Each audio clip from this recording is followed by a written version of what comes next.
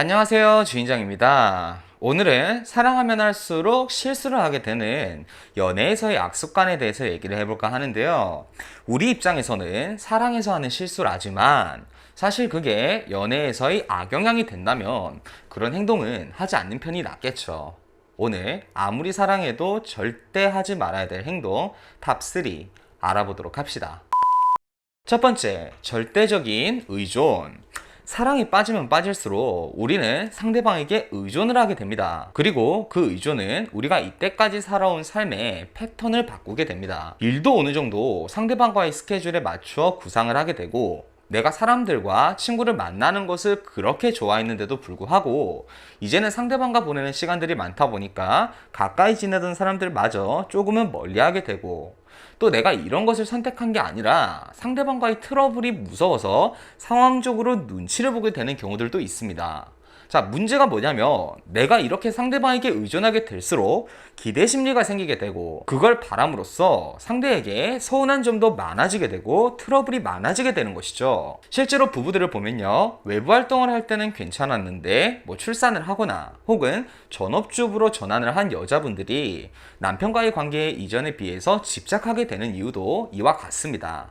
진행되는 수순이 딱 이래요. 점점 더 집착을 하고 남편은 거기에 부담감을 느끼고 관계와 감정에 조금씩 균열이 옵니다.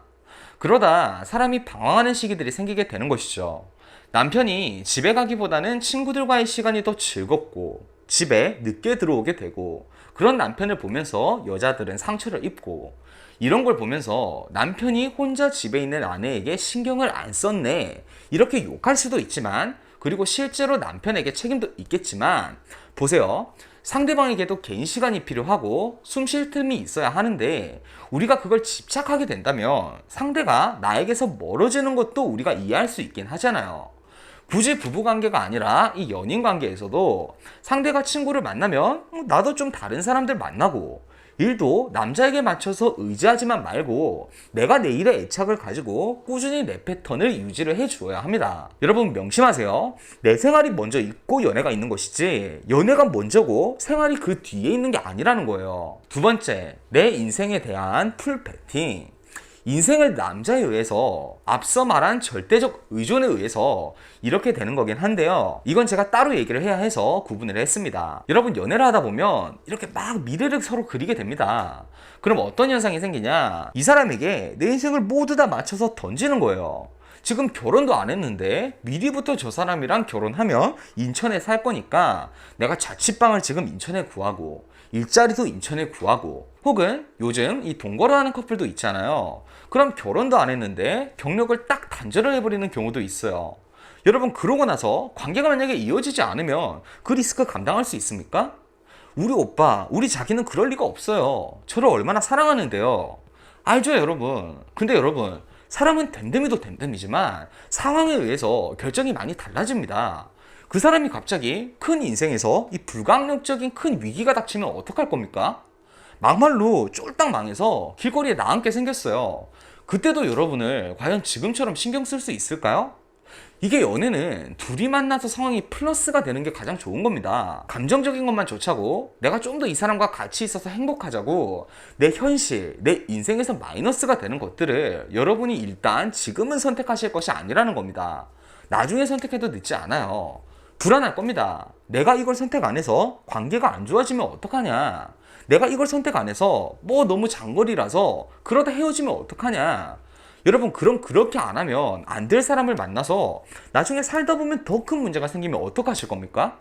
사랑할수록 여러분 이성적으로 생각할 필요가 있는 거예요. 세 번째, 더 이상 우리 사이에 자극은 필요 없어. 자극에 대한 배제감. 오래 만나면 오래 만날수록 편한 관계만 추구하는 경우들이 있습니다. 흔히들 말하는 이 관계를 가지지 않는 커플들도 여기에 해당하는 경우죠. 물론 다른 감정적 교류가 충만하다면 관계를 가지지 않아도 오랜 기간 동안 유지가 잘 되는 경우들도 있어요. 하지만 그게 절대적인 것은 아니고, 이런 문제들이 다른 문제들을 파생을 시킵니다. 꼭 관계에 관한 것이 아니더라도 저는 추억이라는 것이 이 상당한 힘을 발휘한다고 봅니다. 제가 재회를 지도하는 사람이잖아요. 어디를 여행을 많이 다녔고 그 여행지에서 쌓인 추억들, 이런 것도 엄청난 힘이 되지만 더 중요한 게 서로가 서로의 대화를 통해서 감동을 받은 그런 부분들, 즉 대화의 교류를 통해 남은 추억이 엄청난 힘이 됩니다. 근데 막상 편한 사이만 추구하면 어떻게 되느냐? 그 순간은요, 편한 것이 너무 좋거든요.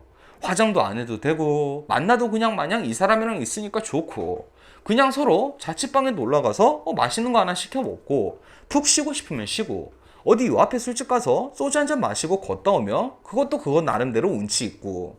하지만 이런 건 익숙해지면 익숙해질수록 그냥 생활이 될 뿐이에요. 오래될수록 여러분이 앞으로의 더 오랜 시간을 이 사람과 함께하고 싶다면 편안함과 자극은 이 밸런스를 잘 맞추는 게 중요합니다. 오랜 기간 동안 이 서로에게 애정이 가득한 인고 부부들을 보면 그래요. 에이, 힘들게 뭐하러 글램핑을 가? 집에서 고기나 구워 먹자. 고기 구워 먹는데 그릴 쓰면 나중에 설거지하기 귀찮은데. 야, 배에 들어가면 다 똑같으니까 그냥 후라이팬에 대충 굽자. 이런 커플들보다 우리 오늘 기분 낼 겸 텐트 챙겨서 낚시나 가볼까? 이런 커플들에게 더 많은 유대관계가 쌓이고, 어딜 놀러가도 야, 뭐하러 밖에서 자, 간소하게 갔다가 당일로 집에 오자. 이런 커플들보다 어디 가다가 좋은 펜션이라도 보이면 하루 자고 그 다음날 일출 보자. 이런 커플들에게 더 많은 감정적인 자극이 오게 됩니다. 아무리 오래되고 사랑한다고 해도 이런 감정적인 자극을 너무 간과하시면 안 됩니다. 자, 여러분, 오늘 우리가 사랑할수록 조심해야 할 3가지 배워봤습니다. 오래될수록 관계가 친구 같고 가족 같은 관계가 되기 마련입니다. 하지만 가족도 이성이 전제된 상황에서의 가족 같은 편안함이 좋은 거지, 정말 이 남매 같은 관계를 얘기하는 것은 아니에요.